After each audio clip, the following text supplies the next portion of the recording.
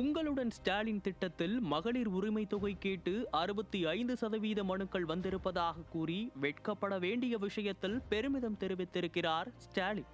தேர்தலின் போது அளித்த வாக்குறுதிகளை நிறைவேற்றாமல் அவற்றை பூசி முழுக வழக்கம் போல பெயர் வைத்து பேர் தேட முயற்சித்த திட்டம்தான் உங்களுடன் ஸ்டாலின் திட்டம். மக்களின் அடிப்படை தேவைகளை நிறைவேற்றக்கூட புது புது பெயர் வைத்து விளம்பரம் தேடுகிறது இந்த விடியா மாடல் அரசு என ஏற்கனவே மக்கள் விமர்சித்து வருகின்றனர். இந்நிலையில் இந்த திட்டத்தின் மூலம் பெற்ற மனுக்களில் 65% மனுக்கள் மகளிர் உரிமை தொகை கேட்டே வந்துள்ளது என விளம்பர மாடல் முதல்வரே தனது வாயால் வாக்குமூலம் அளித்துள்ளார். அப்படியென்றால் 4.5 ஆண்டுகளாக மகளிரை ஏமாற்றி வந்ததை அவரே ஒப்புக்கொள்கிறார். வாக்கு வேட்டைக்காக அனைத்து மகளிருக்கும் 1000 ரூபாய் என அறிவித்துவிட்டு பின்னர் கைவிரித்தீர்கள் என தொடர்ந்து எதிர்க்கட்சி தலைவர் எடப்பாடி கே பழனிசாமியின் பல்வேறு கட்ட வலியுறுத்தல்களுக்கு பிறகு 28 மாதங்கள் கழித்து 1000 ரூபாய் உதவித்தொகை வழங்கப்படும் என ஸ்டாலின் அரசு அறிவித்தது. அதிலும் தகுதியுள்ள பெண்களுக்கு மட்டும்தான் என கூறி நம்பி வாக்களித்த மகளிருக்கு பச்சை துரோகம் செய்துவிட்டு தேர்தல் நெருங்குவதால் 4.5 ஆண்டுகள் கழித்து